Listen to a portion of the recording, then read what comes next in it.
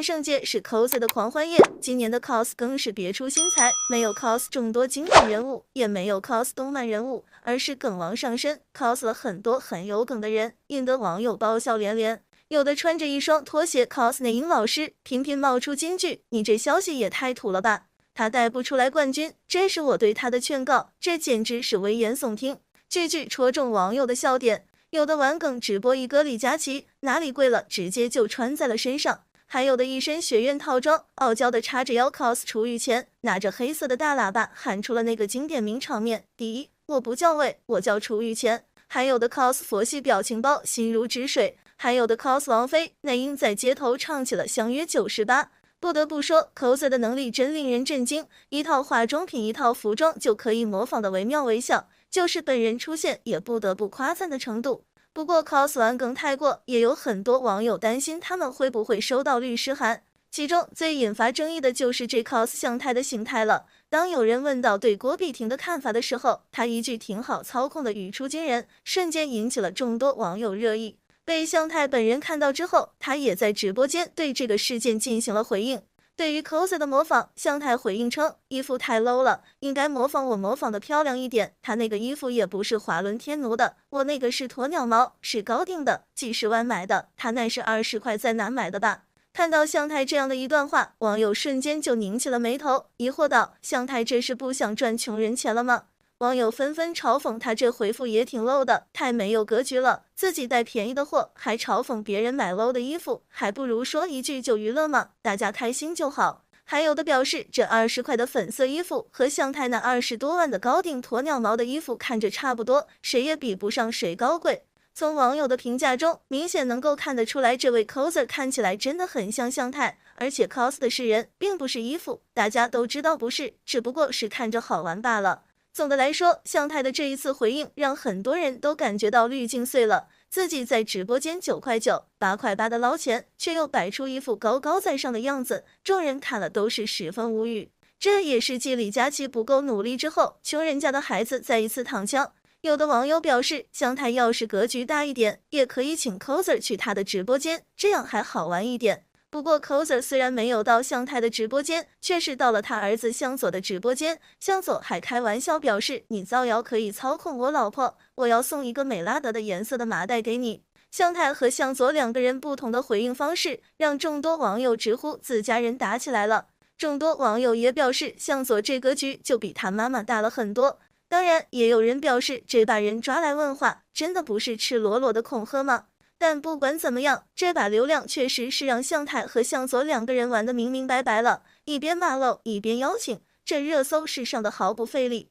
当大家都沉浸在万圣节的欢乐的时候，狗仔又爆出一个大瓜。其实有不少瓜众指望狗仔爆料一线男星婚内出轨的瓜，但是却迟迟没有等来这个爆料。不少瓜众也在猜测，这个瓜是不是已经被人买走了。不过狗仔倒是突然爆料了另外一个瓜，说大美女恩信，说她之前的恋情影业很多，很多人怀疑是合约情侣，但实际上这俩人是真的在一起了，而且是同居了，所以并不是假的。不少人都开始猜测这个人到底是谁，最后就猜到了内扎跟倪妮的身上。但是内扎跟张翰几乎没有人怀疑是合约情侣，毕竟当年被骂那么厉害，什么合约对内扎都不划算，她也不是二次女明星。所以这个瓜明显说的是井柏然跟倪妮，当初传闻两人是合约情侣，还有一个原因，井柏然跟倪妮的身上都有一些喜欢同性的传闻，所以在一起有点行婚的意思。不过之前大家都知道这一段恋情是真的，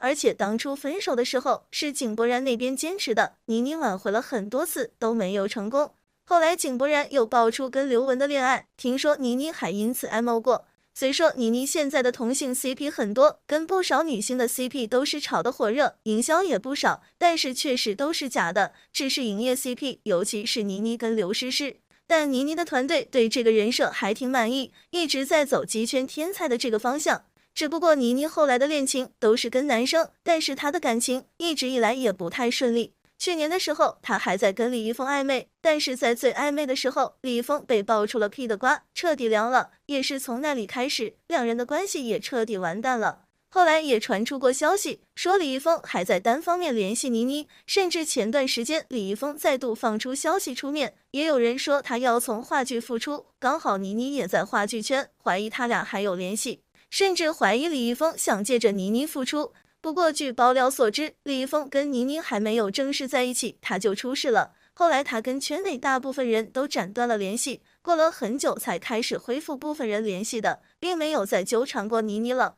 倪妮身边挺多人追的，但是没合适的。而最近一位网友发的一张照片，也引起了众多网友的不适。其实是李金铭之前参加的一档综艺，但没想到过了这么多年还能这么离谱，还在里面遇到了一家子大奇葩。这个节目也是10年前的了，内容就是女明星去乡下给人当老婆，虽然是假的，但确实是要住在别人家里，体验农村生活的，还确实给他们安排了农村丈夫。当时参加这个节目的嘉宾还不少，张柏芝、黄圣依、李金铭、邱瓷炫，策划也不知道是怎么想的。其实看点就是女明星被刁难，一般来说，按照剧本发展，应该是女明星先被刁难，后来融入生活，最后其乐融融大团圆结局。但是节目组是真的丝毫不挑人啊！李金铭遇到的这一家真的是彻头彻尾的奇葩。这家大嫂讨厌李金铭，经常针对他。李金铭输了自己清理猪槽，大嫂输了就耍无赖，非要李金铭跟他一起接受惩罚。李金铭不愿意，这个大嫂就直接动手，就连婆婆也在帮大嫂。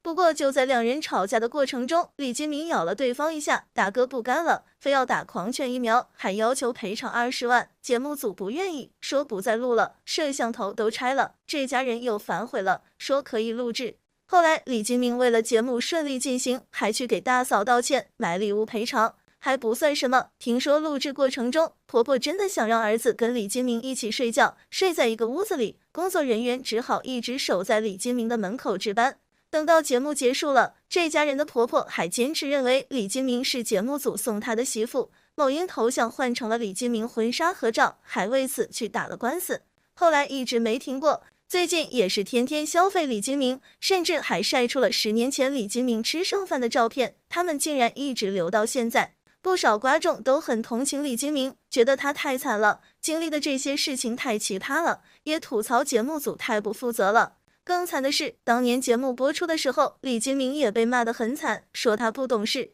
不仅如此，还有人发现当年李金铭参加这个节目，护照还丢了，有人说是被这家藏起来了，也是因为丢了护照，李金铭没法参加后面的一个欧洲游节目。算一下，当时的欧洲游只有花少2了，所以李金铭因为这个节目失去了花少2的机会。说不定他要是参加了这个综艺，也能翻红一把呢，感觉命运都被改变了。还有人好奇，当初李金铭没去，才换成了郑爽吗？那这么看，郑爽跟李金铭的关系应该也挺微妙的，算是他抢了李金铭的一部分热度。不过据爆料所知，花少2的郑爽是早就定好的，她是当时主打的看点，陈意涵才是临时接替李金铭的，所以跟郑爽没什么关系，她那时候已经是顶流小花了。有意思的是，不知道要是当初参加花少2的换成李金铭，这场大戏会不会改变？而说起郑爽，那就不得不提虞书欣了。最近他们家又翻车了。媒体报道，虞书欣爸爸持股的一家公司日前新增了一条被执行人信息，执行标的为64.89万元，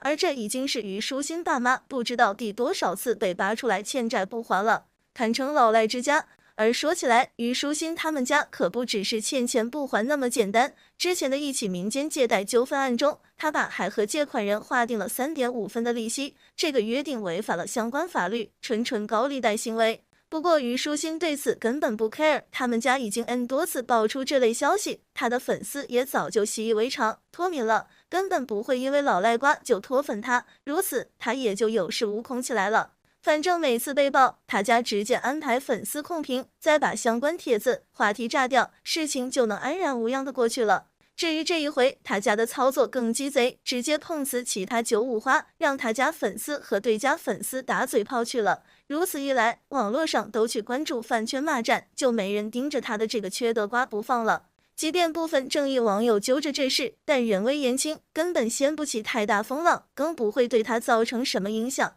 而这2天，李佳琦又开始作妖了。李佳琦在接受某媒体的采访时，回应了近期各大平台的价格战问题。他表示，价格不是大促期间消费者关心的唯一因素，同时强调直播间的价值在于为用户提供输出有用的内容，即商品是什么，怎么用，怎么买。不过 excuse me， 他这个话就让人很懵逼了，买东西不看价格看什么啊？还有输出有用的内容，他直播间是在搞知识付费，玩个人品牌溢价和附加价值吗？这个说法真的是让网友们通通惊呆了。而且所谓的产品介绍，一般商家都会有产品介绍啊，他那个顶多算个科普，结果他还言之凿凿的用这一点来为他的直播间镀金，就讲真，这才是真正的吃相难看。妄图顾左右而言之，避重就轻，略过垄断低价协议的实质而不提。对了，这个相关新闻下面，该媒体还玩了一手精选留言，可以看得出来李佳琦为了洗白有多拼。